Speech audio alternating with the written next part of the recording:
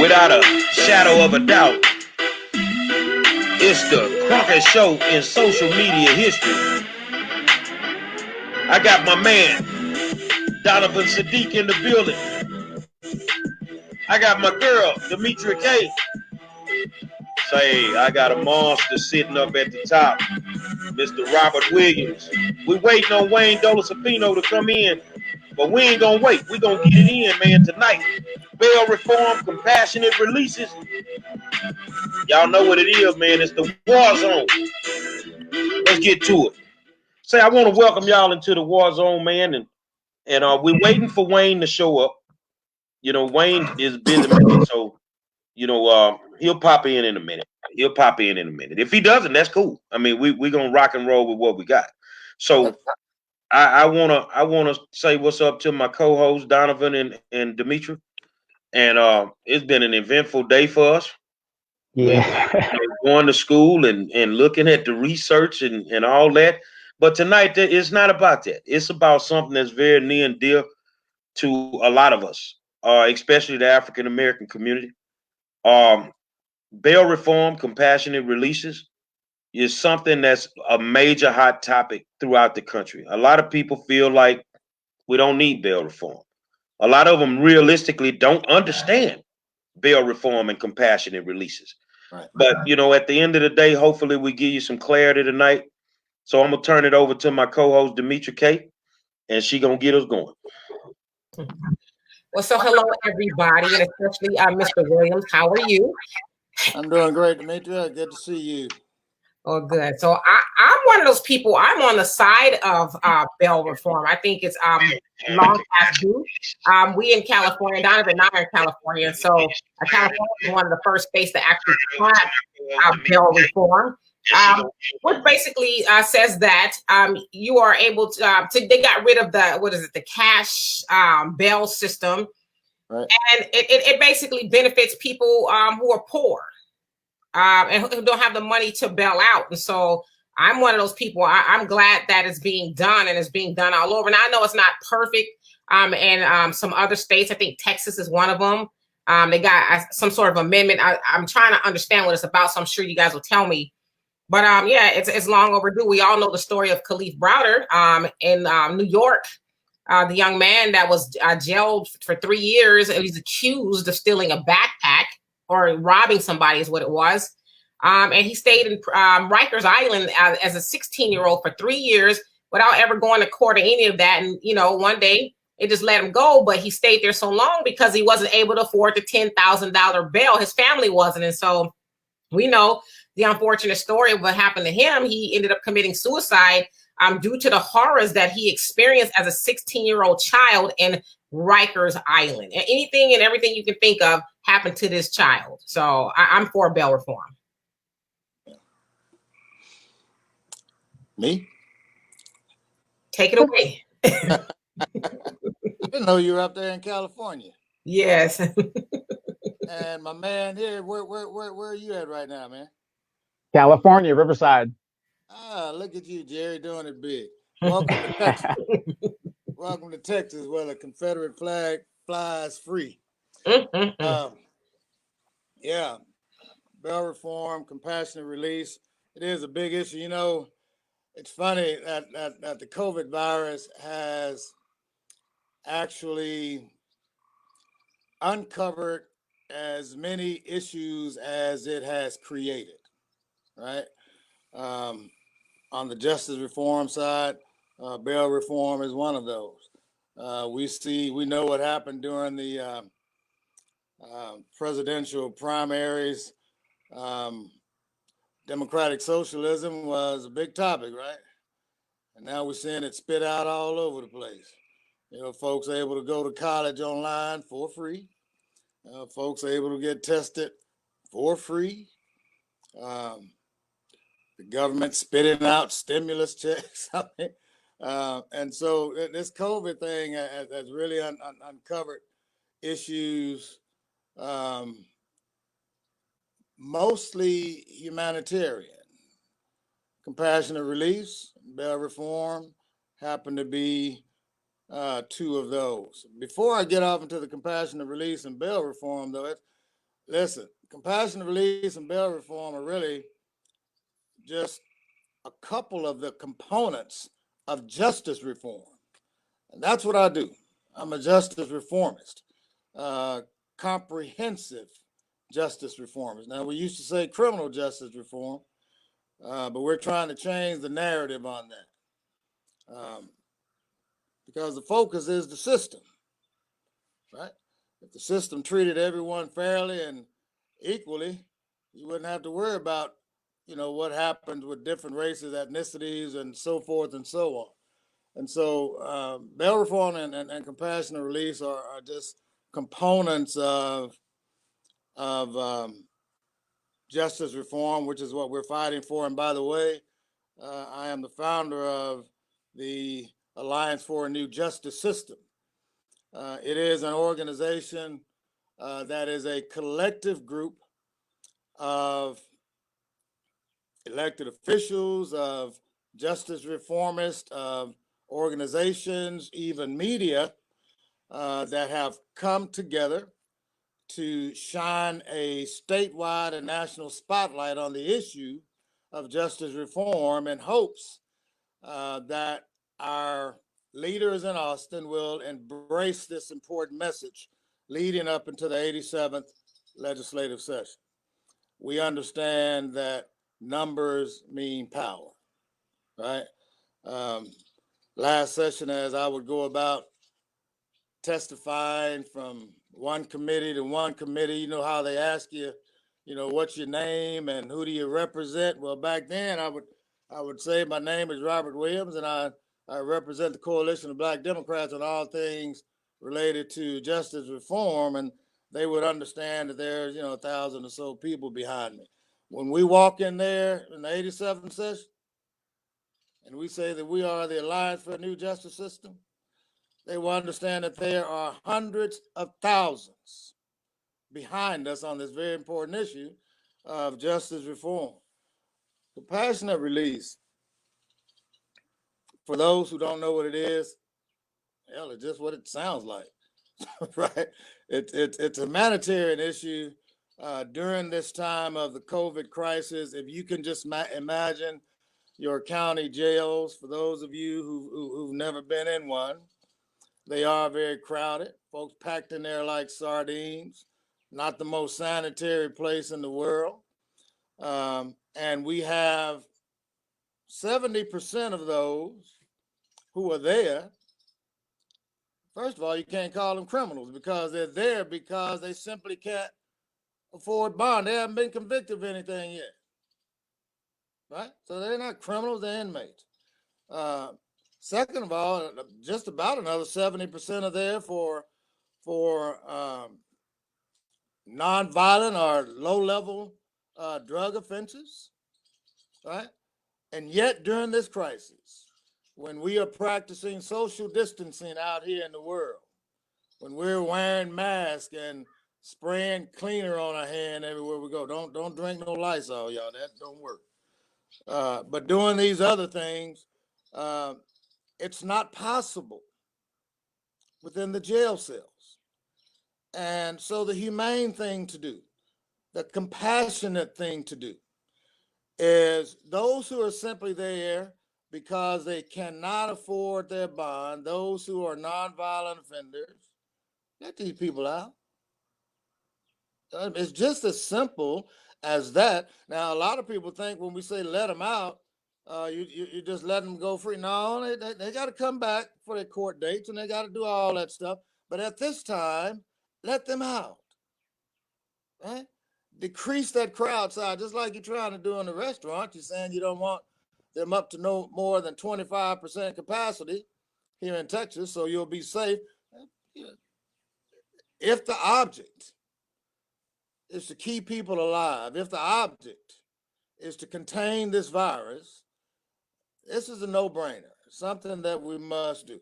Now, Governor Abbott actually presented a decree, we call it GD 13, where he was for compassionate release.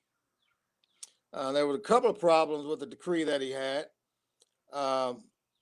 One was he kind of reined in the judges, and he said that no one could get released if they had a violent record behind them. We don't want violent people out there on the street either. But you must understand that every situation is different, right? My president, Coretta Brown, who was the president of the Alliance for a New Justice System, when she was in high school at 18 years old, got into a fight and threw a soda can at this white girl. Got a felony attached to her name for that. If she was in the prison system right now, under Governor Greg Abbott's order, she's one of those that wouldn't be able to be released. Let's do a coke can or something. That's not a violent criminal. And so we're asking him to release the bonds that he had on the judges. And then second of all, we had some specific ask of the governor. And we've actually sent him a letter. We've sent this letter not only to him, but all of our representatives in the Capitol. And we sent these letters to our DAs and county judges in our 6 or 7 largest counties here in the state. And the asks were very simple. Yes, we want these people released, but during this time, listen, we got to be safe about this. Ask number 1, make sure that they're tested. All right. Now, Judge Hidalgo up in Harris County, who I love dearly, I think is doing a great job. And in her release, she said that they would have a health screening. A health screening is not a test. They need to be tested. Ask number 1. Ask number 2, we're asking that you make sure you have a place to at least quarantine these people for 14 days. All of them don't have a place to go. Everybody that's looking on Facebook right now, all of the co-hosts and hosts that's on this show, we got a roof over our head. You know, we don't have to worry about, everybody's not in our situation, right? And so we don't want to just release people out in the street and then they're running around giving this stuff out to everybody else. They're very simple asks that we asked for the governor. And what ended up happening was the governor actually got sued by some judges, right? And this thing been floating around in the courts now for the last week and a half. And it's really funny, kind of complicated. I won't, go off into everything just except to tell you that where it is right now. And where it is right now is it's been decided that the governor's decree is enforceable relating to the judges, but it's non-enforceable because it's unconstitutional. And that leaves us right where we were really from the beginning. And that is having progressive DAs, right, to give directives to their judges to start releasing these people on PR bonds, as they're doing in Travis County, on $1 bonds. Get these people out of jail. Get them out of jail and get them to safety and get them to their families. Last thing to tie in before you jump in there, compassionate release is really just another name for bail reform. That's why we're catching hell trying to get folks out of jail right now, because those who have been opponents of bail reform, and I've sat at the table of the bail bondsmen of Texas, and they got a bunch of money. I've sat at the table with the police unions here in Texas, and this bail reform issue is something that they do not want. They understand that if we are successful with compassionate release right now, it increases our chances of successfully passing legislation in the 87th legislative session. Right? It's a political game, and they're playing politics with people's damn lives, and that's a shame. Well, Rob, let me ask you a question. I'm gonna play devil's advocate because I know people will say that, and I get it. When you say that there are different circumstances for different people, everybody has a different circumstance.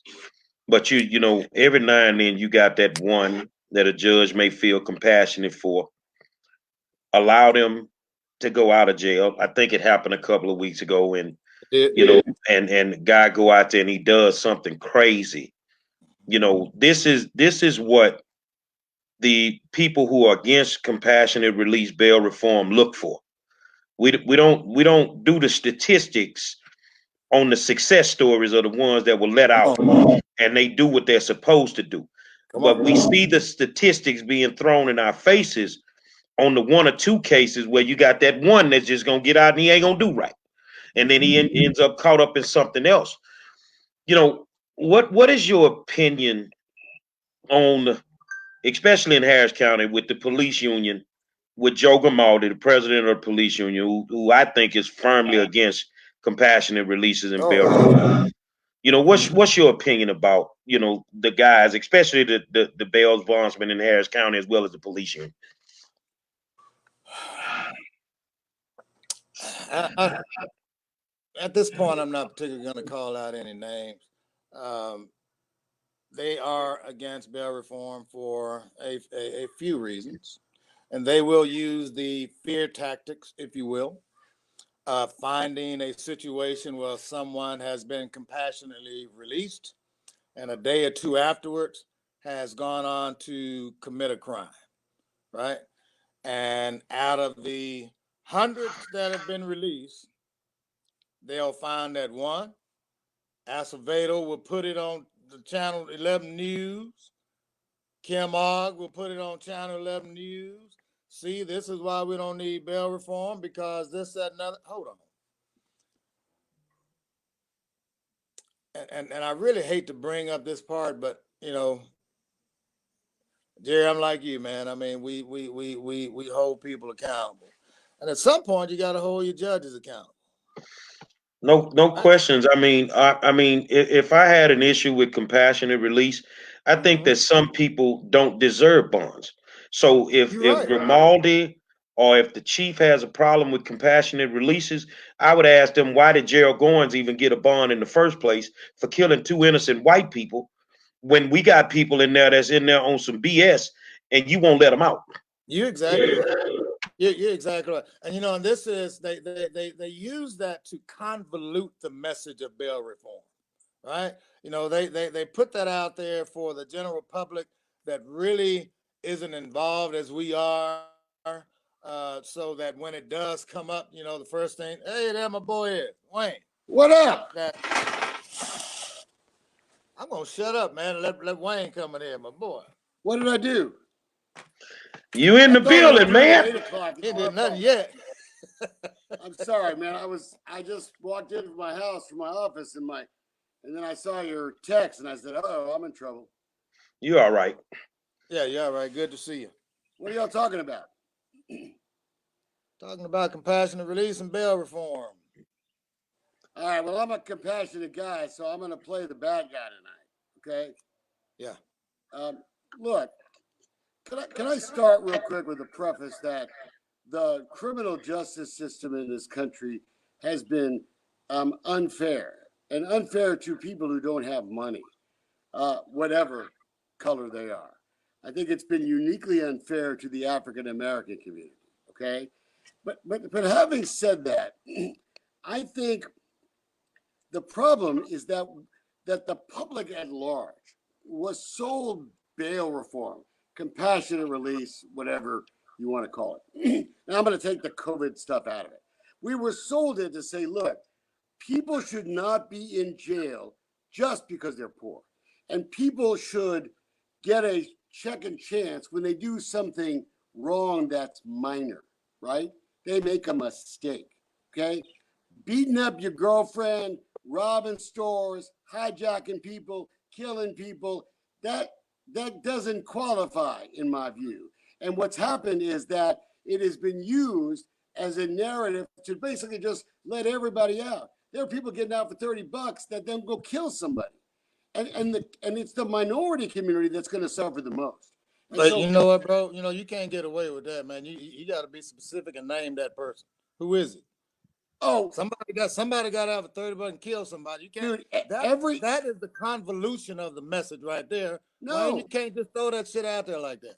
But it's true. Name it. Name that individual that got out for $30 and killed somebody. I want to know. It's on my Facebook Thank page. you. I interviewed. Hold on. No, look, don't play that with me because I'm not here. I'm telling you why. What I can tell you is that there's a woman whose daughter was a victim of family violence. Her boyfriend beat the crap out of her. He was released on a PR bond for $30, and with 2 days, she was dead. Her mother's name is Melanie Infinger. Her name is Caitlin. It's a story that's been all over the news. Every day, we are releasing people on PR bonds that aren't minor people who made a mistake. There are people with histories of violence. You go to Andy Kahn's Facebook page, who's a big crime victims advocate, every single day there are stories like this. What I'm suggesting to you is that let's either do what we said we were going to do, but not use it to open up the gate for violent criminals to get out. I'm sorry. I don't care. We're on the same. We're on the same page there, Wayne. We're on the same page there. But the convolution of the message I really don't like, because you can, first of all, you can name 2 or 3 of instances that happen like that, and you can name hundreds of other success cases. Number 2, what you're talking about is not really an issue with compassionate release or bail reform. It's an issue with the damn judges that released somebody that had a record, shouldn't have got out like that. Right? Look. Now listen, let me tell you something, man. I tell folks all the time when as I'm working on justice reform, people think that we are here to help out criminals. No, the aim of justice reform is not to reduce accountability for criminals. No, you shoot somebody, your ass need to go to jail. Right. The next person you shoot might be my mama. How about that? So That's right. the aim is not to reduce accountability for criminals, but it is to increase fairness, justice, and equity in a system that we know has been racially biased since Jim Crow, even before. It's also been the problem that you speak of is not a problem with compassionate release or bail reform. Sure it's a problem with those who aren't doing their homework with who they release. So we did a review of all the people that got deferred adjudication recently, right? Which is essentially behave and don't do it again, right? On everything from sexual assault of a child to aggravated robbery to hundreds of felony possessions of weapons, hundreds of people who have been convicted twice of family violence. They are being released with the approval of the current district attorney, right? And the result of it, in some cases, is a success story, right?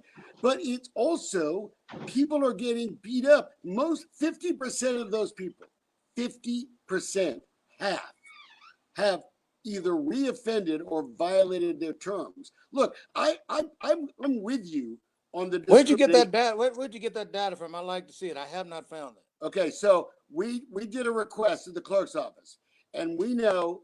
So you're talking Harris County, not statewide. I'm talking Harris County, right? Okay, I deal statewide, but we'll deal with Harris County. All right, and look, everything's different, but in Harris County, there are 23,000 individuals who were convicted since January 2017 and given deferred adjudication, which is, as you know, don't do it again. Behave for a certain period of time. 50% of those people have reoffended. Now, on bail reform, when you let someone out of jail, right, on a PR bond, who is a violent criminal, you are gambling. And I'm not talking about someone who makes a minor mistake. I'm talking about someone who's violent, has a history of violence, whatever color they are. And look, can I tell you something? I don't play that game, okay? It's 2020. I think people have to have responsibility to not commit those kind of crimes, okay? You let them out of jail, and there is a 45% chance that they're going to do it again or do something worse. I say, I'm sorry, it's not going to happen.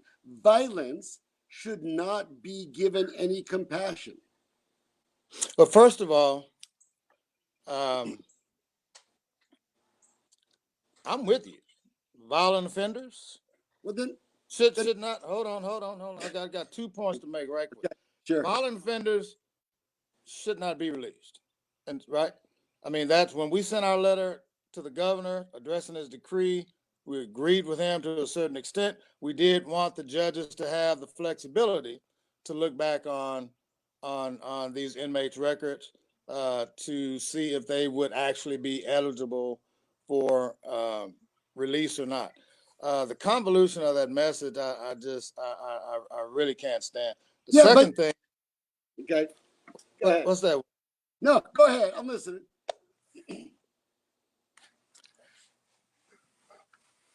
Man, I had a brain fart. I lost my second thing. Go Oh, ahead. I'm sorry. That's my fault. The second is. I'll get it in a minute. No, but look, let's talk about that first message. This isn't convoluting. If we agree, okay, that violent people who commit violence are in a different category, then it's not me you have to convince. It is soft, what I view as soft on crime judges. There is a difference between compassion and stupidity. People who have a history of violence, and I think you'll agree with me, have a pretty good chance they're going to be violent again, right? For whatever reason, right? And well, I can tell you what that reason is, and which was my second point. It came back to me. Yeah. That's why we focus on comprehensive justice reform, right? Because if, for example, if we are successful in getting legislation for bail reform, the underlying issue for justice reform still remains, right? If you got bail reform, but you don't have reentry and rehabilitation, right? You're still increasing the chances for these people to recidivate and end back up in prison. And if you don't have legislation that ends the collateral consequences, banning the box where, hell, you get out, you can't get a job, you can't get an apartment, you can't get a Pell Grant, further your education, you're going to recidivize and end back up again, increasing mass incarceration as well. And so it's not just this one size fits all thing. I agree. We fought hard for legislation. As a matter of fact, it was a bill we pushed called HR 387, Project Rio, trying to re-implement reentry and rehabilitation across the state of Texas, right? So that these inmates, when they had 6 months left on their sentence, they would be put in contact with the Texas Workforce Commission. These people would get their paperwork together, this, that, and other, basically reacclimate them back out into society and the workforce, right? And so we can sit up here and say, well, these people over here are so bad, they shouldn't be. Well, let's do something about it. We call this restorative justice instead of perpetually punitive justice, right? We know if they don't get any help and they can't get a job and they can't find a place to stay and they can't further their education, they probably will end up back in jail. Okay, so I don't have a number for me to how much money we spend in the prison system right now, but let me tell you something. If somebody, I do. Okay, but if somebody is truly repentant, okay, and again, the problem I have with the theory is that I'm not going to risk my daughter or my grandson or my beautiful wife or your family or anyone else's family taking gambles on people that are violent. Look, I'm a responsibility guy, okay? People make choices in their life, and I don't go back to Jim Crow. The difference in my discussions of these things is I think the marijuana stuff is ridiculous, okay? I think pulling people over. Absolutely. Okay, Absolutely. and I think that has created a lot of our problems, right? Mm-hmm. I think that needs to change. I guess where I get in trouble is every night on the news, we are seeing the byproduct of what the politicians, sorry dogs, the politicians, it's my dog, sorry. I got 5 of them. The politicians are forcing the judges to do. They are, some of these politicians, and we talked about Rodney last week, but he's one of the classic ones. He is telling these judges, if you don't let these people out, even the violent ones, right? Let me knock on my window. Even the violent ones, then I'm going to run someone against you.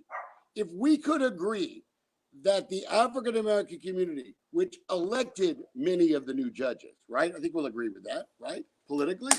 If that community doesn't say to those judges, look, that's not what we meant. okay? We can repair and restore and all that stuff, but we've got to stop letting out violent people for a song because we're sending the wrong message to them. We're basically and you're sending the wrong message too, man. I mean, in like 2 seconds, you said violent about 50,000 times already, and that's the convolution of the message. Now, I don't know if I can't believe Rodney Ellis is mandating judges to release violent criminals. Please show that to me. Now, as a justice reformist, I hadn't seen that. If he is, he's wrong, and that's not something that we stand for. Let me ask you guys something. Not to do that. Let me ask you guys we don't something. look. I think we're a lot closer than look. And you keep on calling about convolution of message. It's not convolution of message. My view is different. If you make a mistake, you shouldn't be in jail because you're poor, and you should be given an opportunity to fix yourself.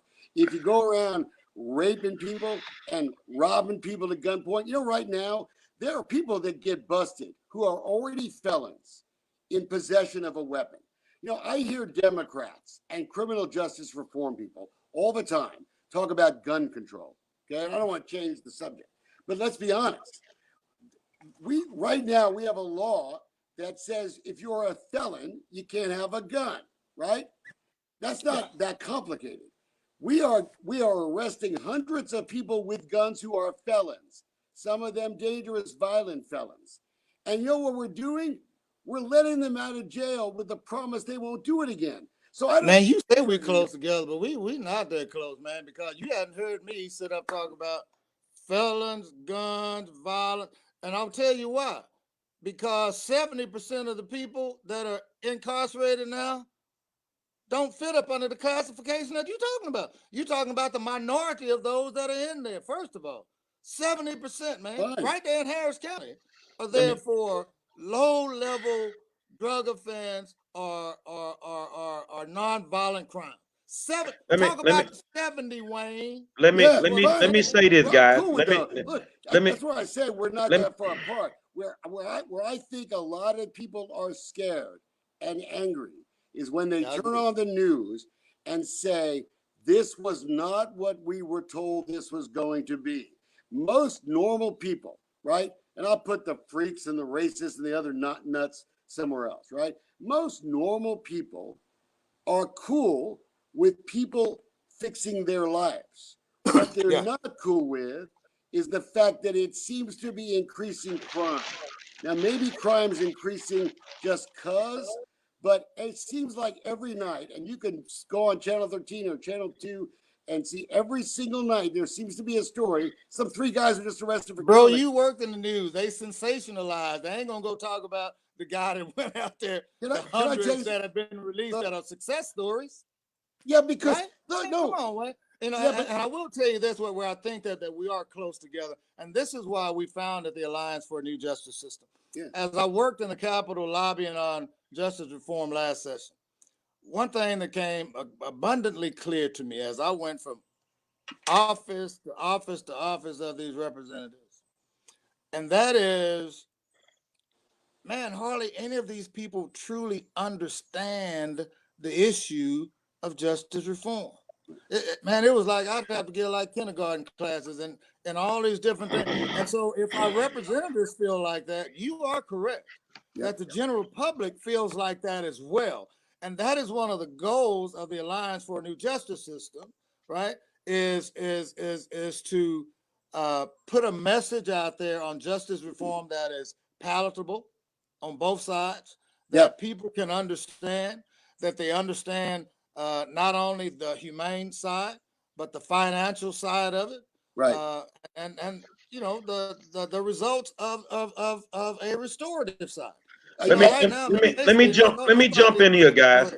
Let me jump in here. Say, look, you're not going to get the media to talk about success stories, but can I tell you the mistake that's being made? And you and I can disagree on this, but you can get, Judge Maria Jackson was the chief felony judge, and she'll tell you what's been going on. There are other judges that have come forward and say too. The mistake that's been made is that what we should have done is do what we said we were going to do. Let's show that a program that lets nonviolent people out and gives them that second chance. Let's do that for a year and then use that to say, you know what? here's what's working, here's not what's working. Instead, and I can do it every day with you. Instead, because I'll share my data with you. I will.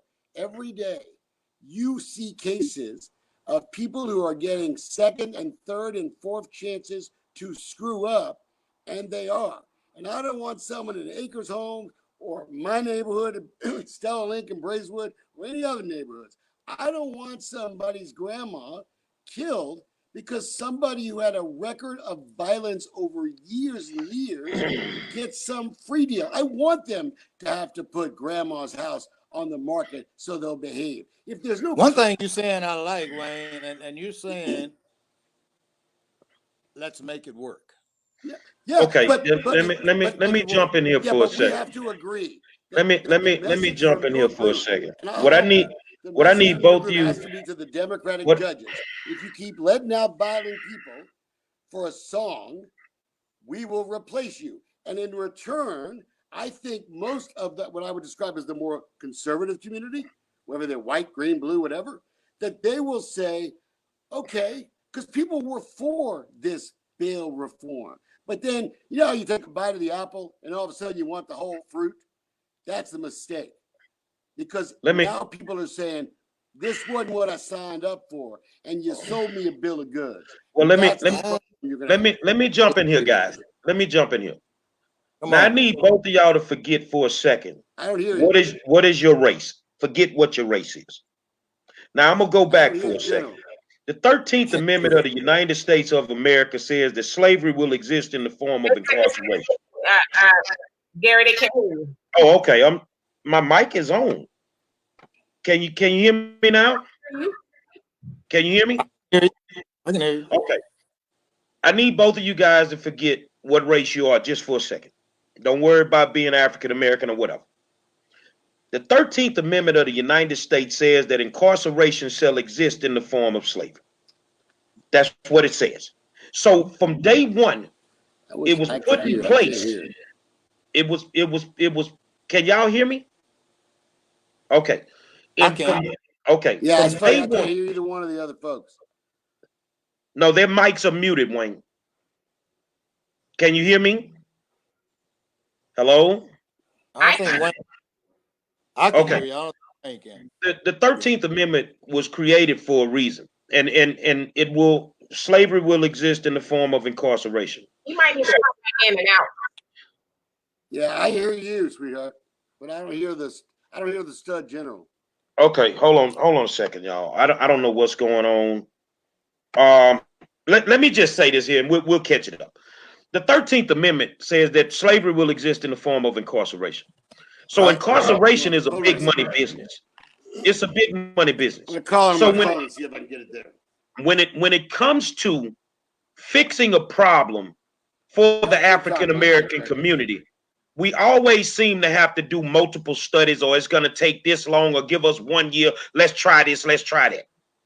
Now, when we were out there selling crack was a problem, and they found every reason to lock us up. Now we flip it 30 years. I'm going to drop back and call back. We deal with the opiate situation.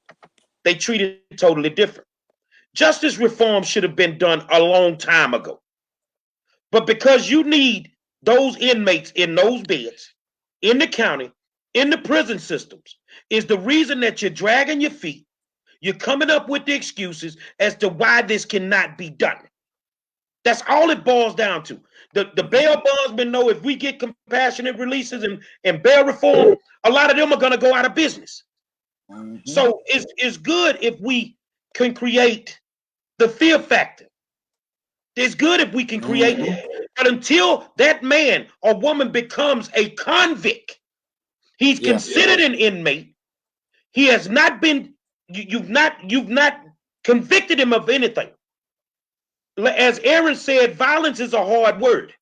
So what if I touch a cop on his shoulder and he locks me up for assault on a police officer?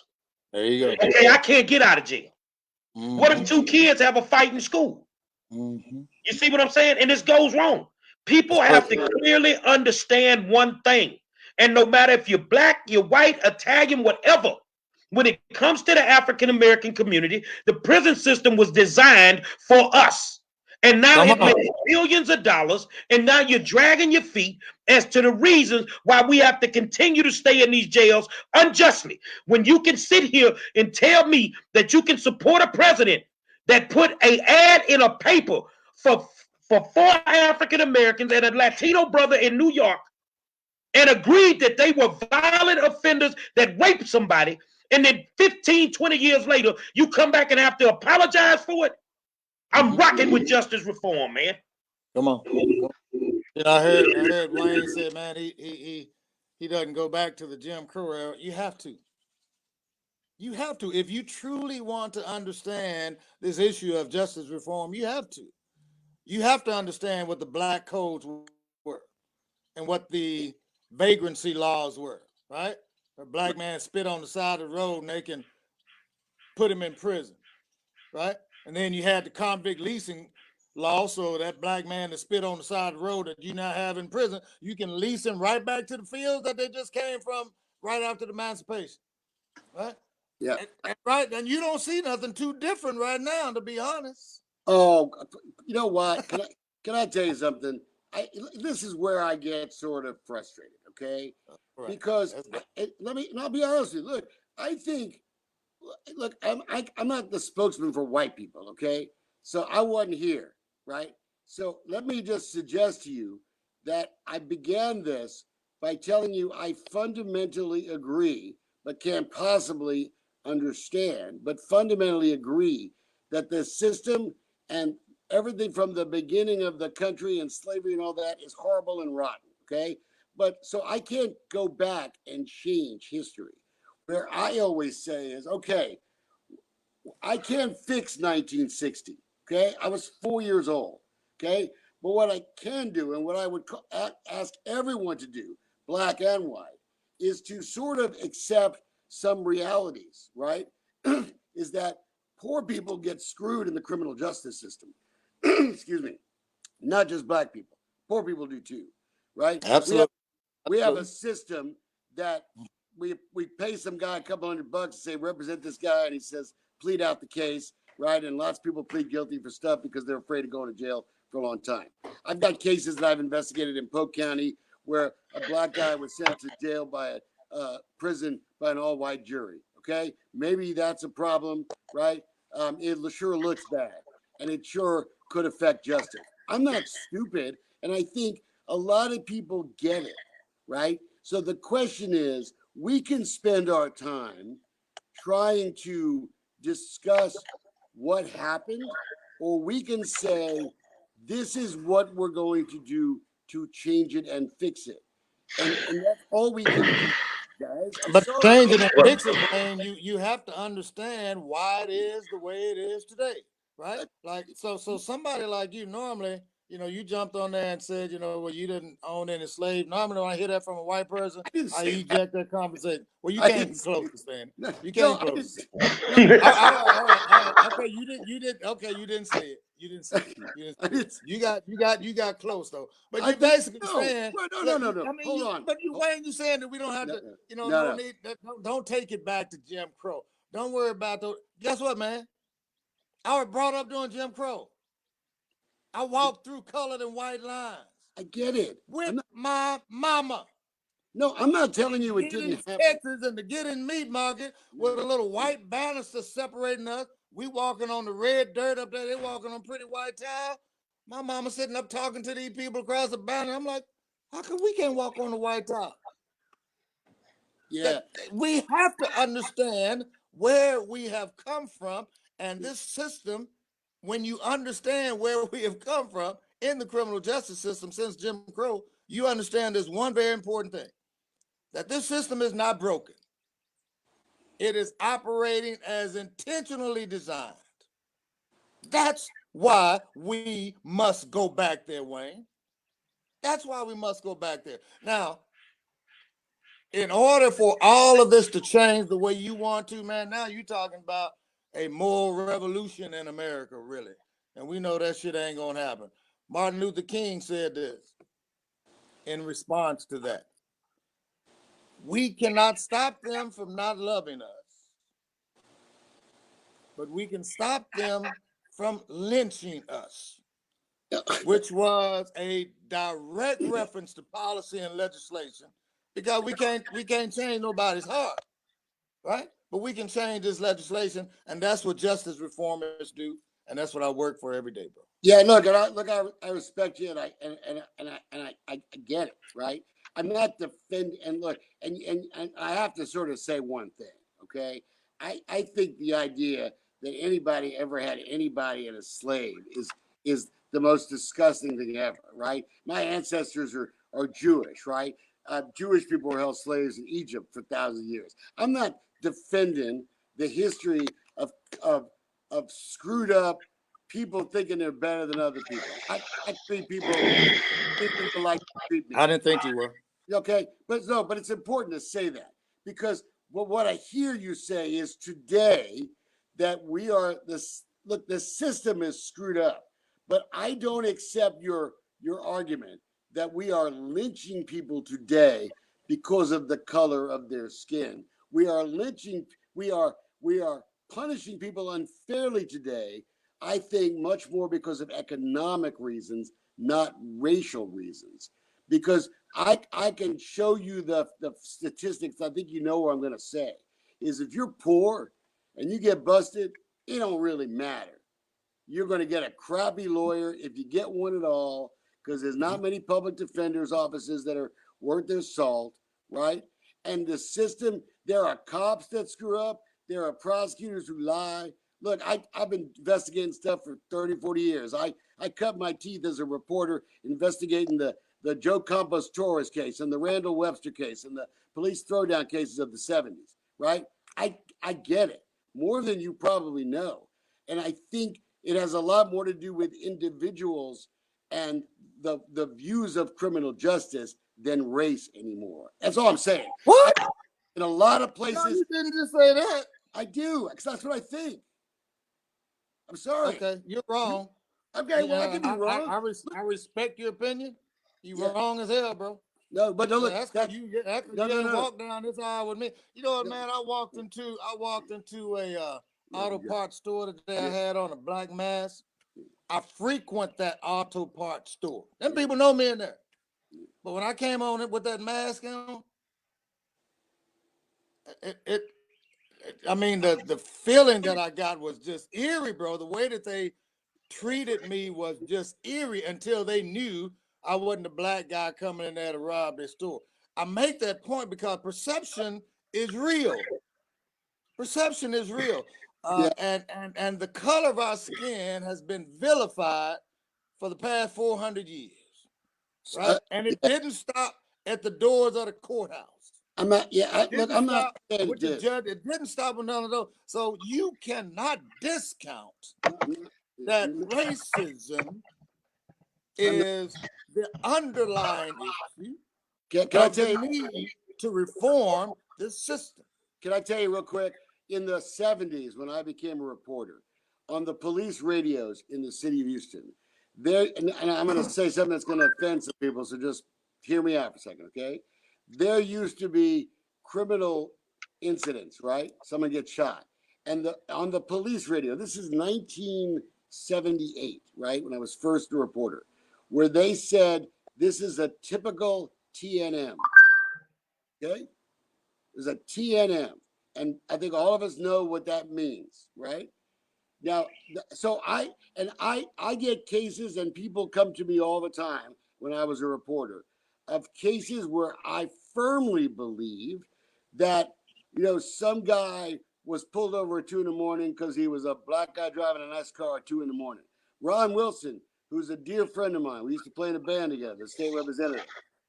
We went to an event once, and he was pulled over by a cop. He was driving one of his fancy cars, and he said to me, "It's driving while black." Okay, I am not here to tell you it does not exist. What I'm trying to communicate is that I think today it is far more about something else, and I will tell you something else. If you look at violent crime in this city, right? It is slanted, unfortunately, in the minority community. right? It is. That's a fact. That's not to say there aren't white criminals and white thugs and white idiots and white murderers and everything else. Oh, what's the root problem of that? What's the root of that? When you have a failing school system that only gives them a diploma but a subpar education, when they hit the streets as a graduate, they still got to eat. Look. That's the root problem right there. But most of the failing schools are in the black and brown communities. Why is that? Why is that? I'm gonna tell you exactly why. Because we allowed ourselves to be bamboozled after Brown versus the Board of Education with magnet schools and school choice.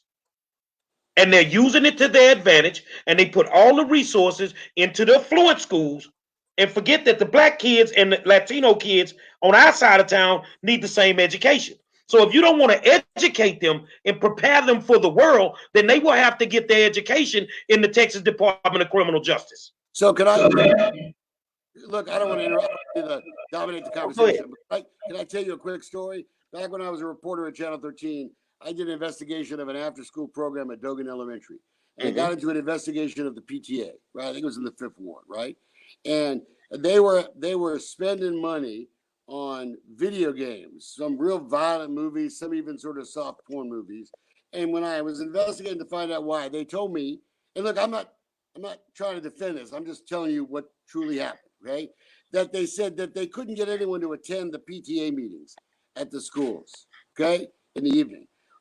My kids went to school in Katy. I moved out to Katy because I was getting death threats all the time, right? So I moved out far away, right? But I raised my kids in Katy. You know what the attendance at those PTA meetings are? 97%, okay?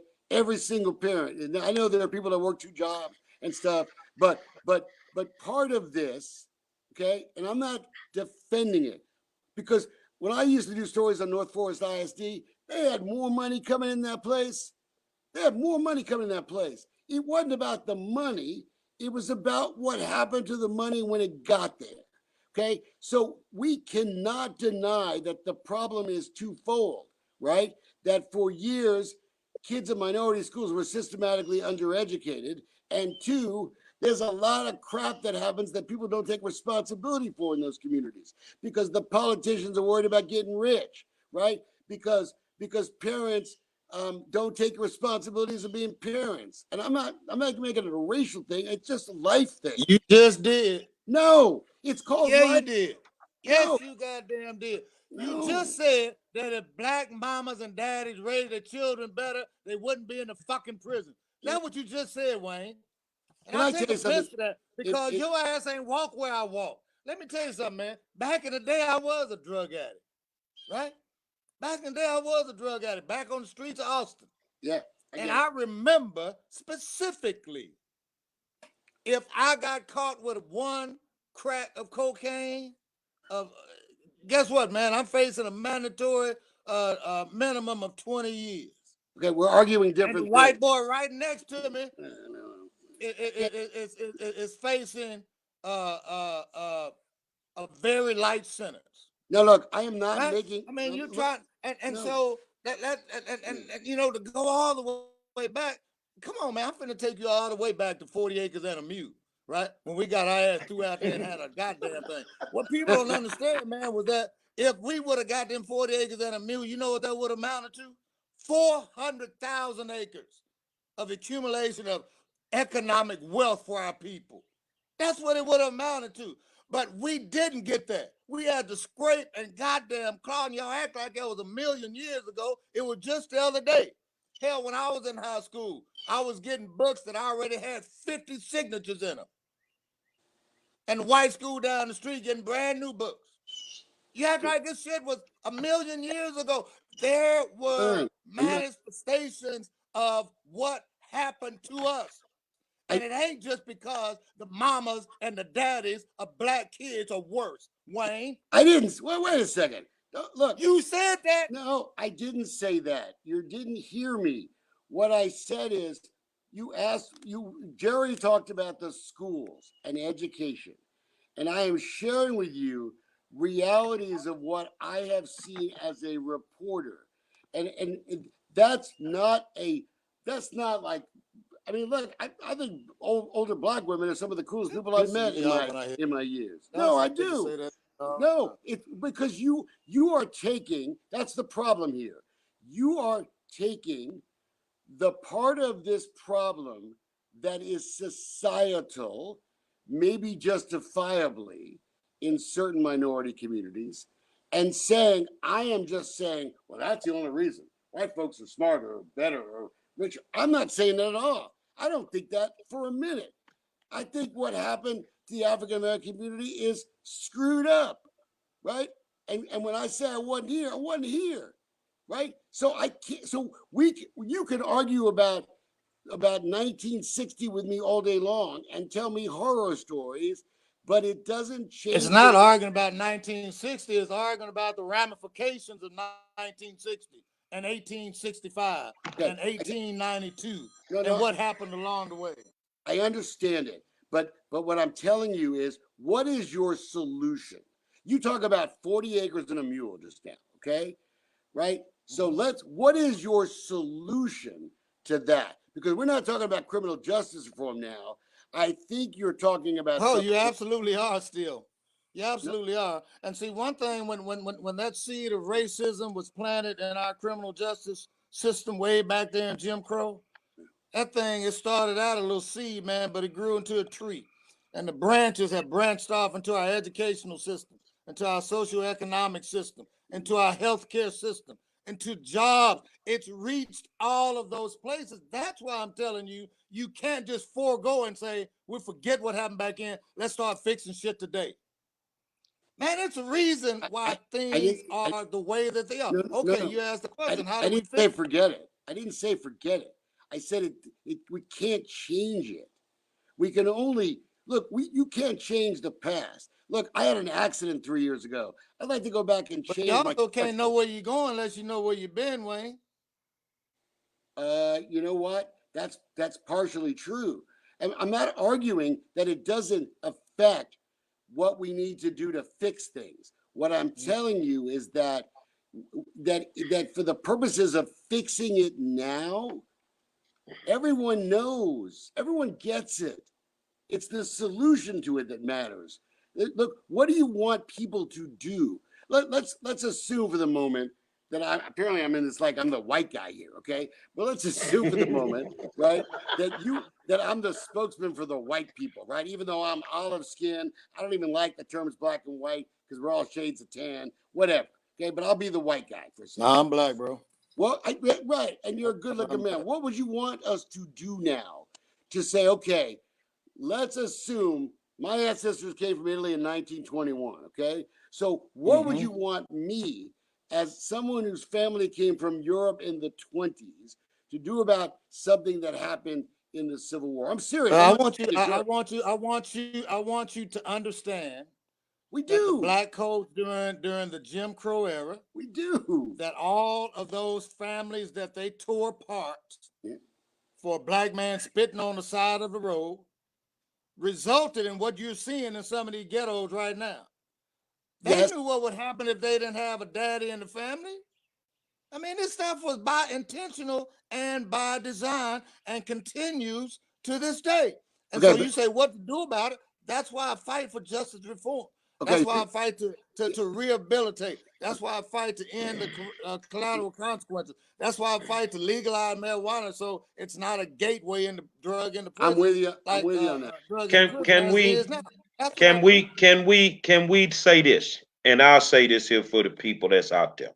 This has been fun. When you ask what we can do. Now I hope I don't blow my internship, because I'm gonna ask a tough question for both of you guys. Yeah, go ahead.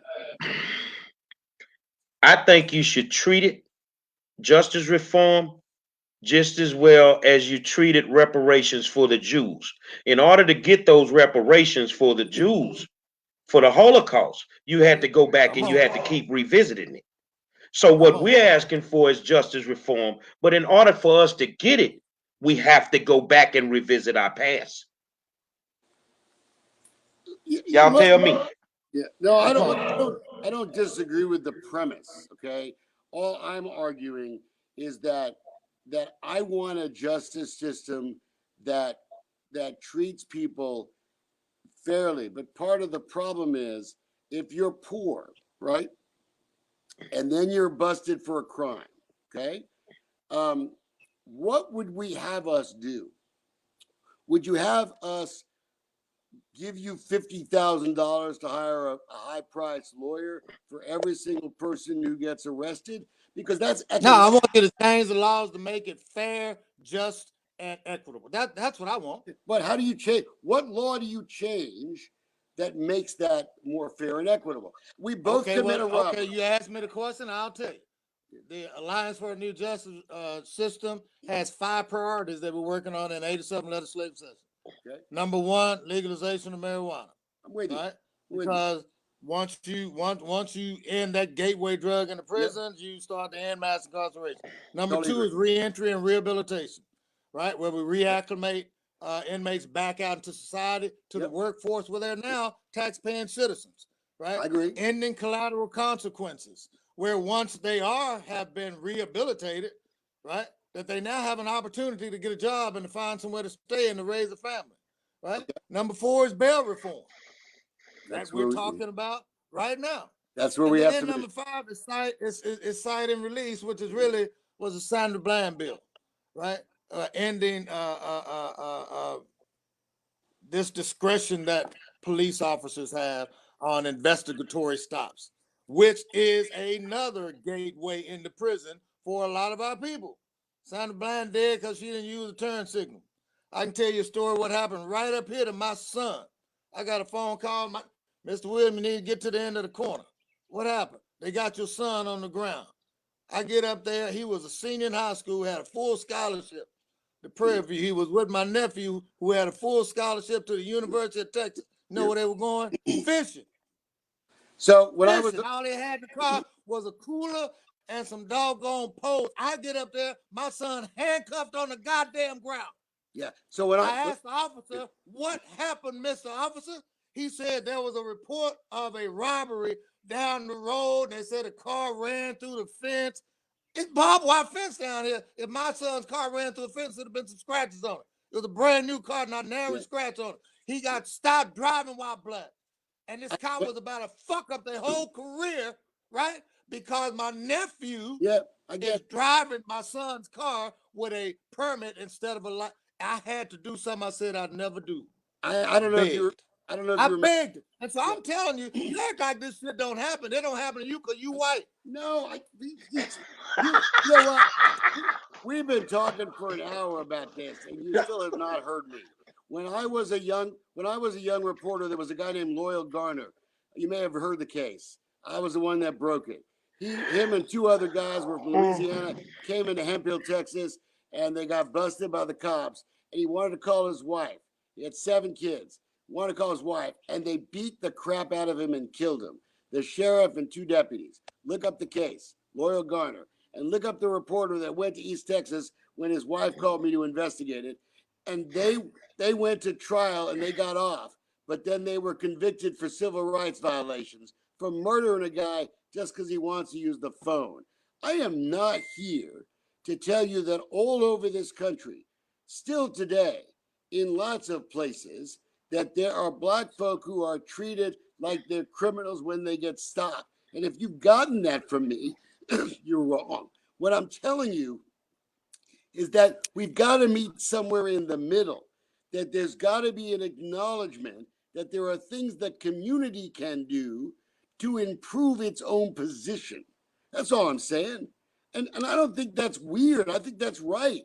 And it doesn't matter whether I get pulled over. Look, I get pulled over by cops because I'm Wayne Dolecifino. I've been jacked up more over the years by cops not because I'm white, because I'm Wayne Dolecifino, right? And I investigated cops a lot in the old days. Your kids ever got pulled over? I'm sorry? Your kids ever got pulled over? Yes. They get pulled over and went to jail? Went to jail because somebody was driving with a driver's permit? No, but I'm not here. Come on, Wayne. I'm trying to tell you now. I mean, just you can't look. It's like you're talking out of 2 sides of your mouth. It's like you want to understand, and you're saying that this is the way that we should go. But bro, you talking at me from a perspective of non-understanding. That's not And true. I didn't mean to get on this show and get get angry. I did not. But when I hear people like you talk the way that you are, you want to be an advocate for the poor. You want to be an advocate for black people. And then you get on here, and in the first 2 minutes you were on, mention the word violent criminal 50,000 times. I wasn't talking about black people. I was talking about bail reform. You were talking about black people. You were still convoluting. That affects us. You were still convoluting a message. I don't That's care what I'm saying. You're talking out two sides of your mouth. I can't deal with people like you. Well, I'm really sorry you feel that way because I'm having actually an entertaining time. But actually, I am too. Okay, but I get tired of this shit after a while. Yeah, See, but you ain't walked into the auto parts store today like I did. All right, you ain't look, went through the situation. Yeah, but this shit weighs heavy on your ass after a while, Wayne. No, it's entertaining to you. It's real fucking life to me. How about that? Come on, let's not be silly here. You know what I was saying. What I'm telling you is that when I talk about violent crime, and hear me, I want you to read my lips. I don't give a crap what color violent criminals are. I'm just as scared as violent white criminals as I am as black criminals. Okay? So when I talk about violent crime, you make it about race. I don't. Jim Crow or 40 acres or whatever in the past doesn't give someone the right to rob and burglarize and kick people's doors down and beat them up. We talk about the 70% that don't fit the description that you're talking. That's what I'm trying to tell you. Can we talk about the 70% that don't fit that? That's what I'm saying. You keep talking about, you keep convoluting the message. You sounded like Kim Og and Acevedo. Oh, yeah. Yeah. I mean, I'm a big fan of Kim Og. I mean, this makes all the sense in the world. Don't nobody want a violent criminal released. Well, then stop it. So why you got to keep talking about it? Because Let's it's happening. about fixing the system. Let's talk about fixing the system, which you say is probably needed. So then let's do it. Let's agree that you're going to call on all the Democratic judges. I got a deal for you. I would like for you to become a partner with us in the Alliance for a New Justice System. Come on, I'll do it. I'm serious. I'll do it. Look, Jerry, hook us up, man. Jerry, hook us up. Jerry, I'm here. Look, when people say they want dialogues, they've got to be able to hear the things that people agree with you on, and also say there are things the community can do, because criminal justice isn't the only reason that the percentage of homes of single African American females exists today, right? All I'm telling you is that people, I got a lot to do with it, though. Well, but it has something. Sure, sure. This is a giant piece of it. But both of us have to agree that there are things that every community could do, right, to stay involved in their kids' lives, to make sure that they stay on them. Look, even if something as stupid as fire hydrants, I did a story on broken fire hydrants years ago, and if there were broken fire hydrants in my neighborhood for 10 years, I'd be up someone's butt so far they wouldn't know what happened, right? Yet there are communities that allow that to happen because they do not bitch, because they've gotten used to being treated that way. And what I'm telling you is that I like the fight back. I believe we have to fight to change things, but we also have to acknowledge shortcomings that contribute to perceptions, whether you like it or not. Because if you're not, so I think that overall, that you feel that compassionate release and bail reform are really necessary things that we need to do. You just don't like that violent people are getting released. You and I are on the same page on that. Well, let's work on that. Yeah, but the problem is the current Democratic judges, and I'm being somewhat partisan here. The problem is the Republican judges were a little too, right? But we now have Democrat judges that sort of are trying to pay back the system by saying, you know what, I'll let you out. I don't care. And people are getting killed. And people in the minority community are especially getting hurt. And that's not the solution. I can't say that about all those Democratic judges, because there's probably some conservative judges out there releasing violent criminals just so they can have something to convolute the message with. I mean, you paint everything with a very broad brush. I know a whole bunch of those judges that you're talking about, and they don't fit what you're saying. Well, as a reminder, after the November elections, a white conservative judge in Harris County lost his election, and the very next day went into court and let everybody go home. Yep. Because violent, the whole night. Yeah, because Jerry, you know why that is? Because conservative judges believe to get reelected, they have to sometimes be hanging judges. Okay, I don't think that's right either. Okay, No, not at all. what I'm trying to argue is the middle. I think we'd be much more successful on bail reform and compassionate release if we would all, as a community, say we draw the line at the 70%. Let's work on the 70%, because then we could probably rehabilitate. The 30%, you're screwed. Sorry. That's what we could do. I'm with you. Let's go Let's to work on final it. words. Let's go to final words, Demetra. It's on you. Hello. Good at it, man. I should have been drinking whiskey instead of this. I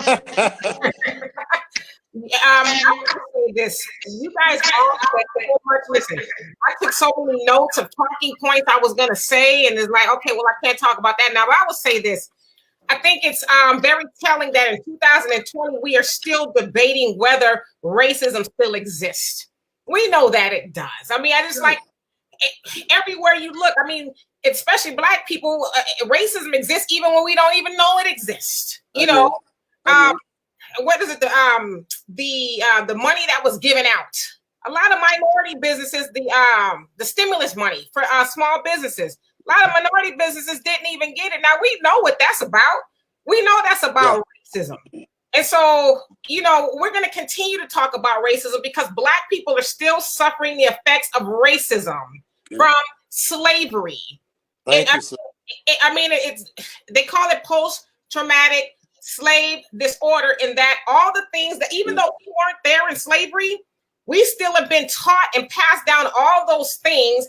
And just like Black people are still suffering, white people have also carried those learned behaviors on how to treat. I mean, I'm just speaking from a Black woman's point of view, how to treat Black people. And so we know systemic and institutional racism is still alive and well in 2020. So to me, I don't even want to like get into that, because to me it's silly. It's silly to say, well, no, it's not. Yes, it is. No, it's not. Yes, it is. I'm a Black woman. I'm saying, yes, it does still exist. Now, for me, the whole bail reform thing is really a question of, are we talking about dangerous people, or are we talking about poor people? Because there's a lot of dangerous people that can make bail. So, right. And so we know there's a lot of poor people who maybe aren't as dangerous and they can't make bail. And I mentioned Khalid Browder. That's the most like prime example we can think of in modern day. A little boy, he's 16 years old, sat in Rikers Island for being accused. He never even went to court. It wasn't even formally charged. He was accused. He was spotted on the street by a man that said he robbed me. His family couldn't make $10,000 bail, and that boy sat in prison for 3 years and eventually killed himself. So we know his story is not unusual. What happens to a lot of people who are poor. So to me, that's the question: is it dangerous people or poor people? Period. And so we know bail reform needs to happen, and we also know that prisons are privatized. They need to have, 80% or 90%, I think, occupancy rate. How do you do that? You have to guarantee those beds are filled to the investors. And so you lock up everybody. And we know Black people are just poorer rather. We're poor. We're the poorest people probably in the world.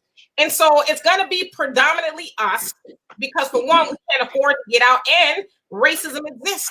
And somebody talks about lynching. A lot of times we think of lynching as somebody getting a rope around their neck. Lynching is all kind of forms of unjust murder, if you will, right? Walter Scott in North Carolina, he was running from a cop. Should he have been running from the cop? No, but he was shot in his back. Now, how many times have we seen white people do this? I mean, they're running in toward the officer, antagonizing the officer, and the officer don't even fire a taser dart toward them. So we know that lynching is still alive and well. Hell, in Texas, was it I can't remember his first name, but Bird. He was drugged down the street. James Bird. Lynching. Yeah. That's lynching. So that stuff still exists. To me, it's just that we're even arguing about that. I mean, I don't even understand why we're doing it. Donovan, final words. Final words. Well, first of all, I want to thank the guests for coming on the show. Great debate. It's good to have a good conversation, no matter what side of the coin you're on. It is still the same coin. But, I really feel that we really got to hold our elected officials to the fire.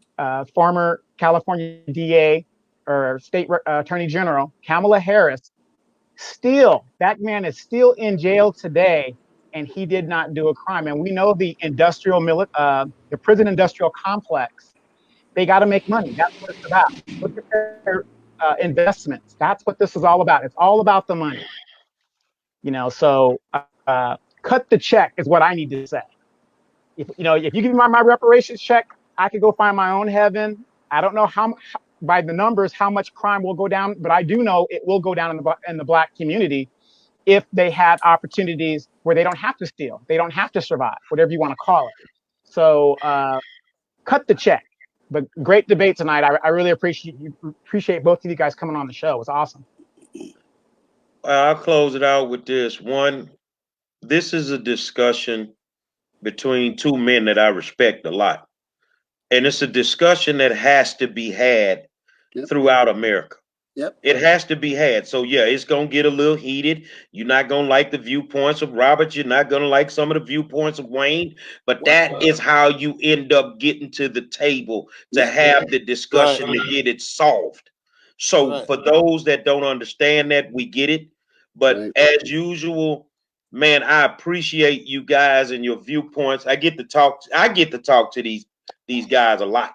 So it's always great to see two different minds sit down and have the discussion that needs to happen. And this is the discussion that has to happen with our political leaders, our governors, as well as those people in Washington. This is the one that you need to bring to the Senate and sit down and have a Senate hearing about it. Because you got to hear it. You see, Khalif is no longer here. He can't speak for himself anymore. So it's going to take a Demetri K or a Robert Williams or Wayne Dolecifino. Now, I will say this here, and I'm going to close this out. I want justice reform, but I got a problem with somebody who commits a crime that's on 4 or 5 bails. I don't understand that. Yep. And I know in California, you're going to get 1 bail. You violate the terms of that bail, you going to jail with no bail. That's what it is. But to allow somebody to, and this is where I'm saying, maybe you could get 5. But when you got 4 that's already violent, I don't see you getting a 5th bail. Nope. So yeah, we got some things we got to work out in that.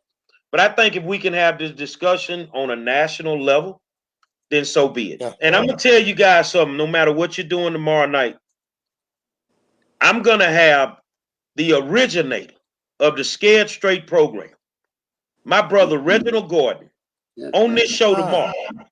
And we're gonna tell you, because we work together every day. I'm gonna backdoor it 2 days in a row. Watch this. Reginald Gordon tomorrow night, and we're gonna flush it out Saturday night with Dr. Abdul Halim Muhammad. For those that don't know Dr. Robert Muhammad. We're gonna tell you what the root problem is.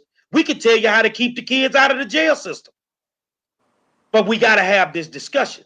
But in order for us to get bail reform and get everything moving, we need to fix our educational component. That is the major problem. When they don't have an education, and I'm going to leave y'all with this here. He may not have an education, but he still got to eat. And he's going to eat by any means necessary. I get it. I promise you that. So thank you guys for coming on. I want to thank my guests, Wayne Dolecifino, my man Robert Williams, Thanks, Robert. my co-host Donovan Saadiq, Stay in touch, Wayne. Beautiful Demetri K, You too. and I am Call me. the 5-star general. Tomorrow night, Reginald Gordon, OG1. He invented Scared Straight, and HBO stole it from him. But I get to work with him every day. I'll holler at y'all, man. That was fun, guys. Good talking to you. It was. Wayne,